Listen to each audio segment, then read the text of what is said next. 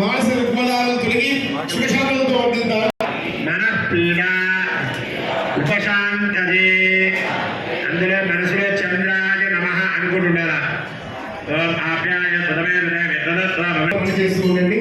సమితిలో అయిపోయిన పిమ్మట పేలాలతో హవనం చేస్తూ ఉండండి. ఓం ఆప్యాయ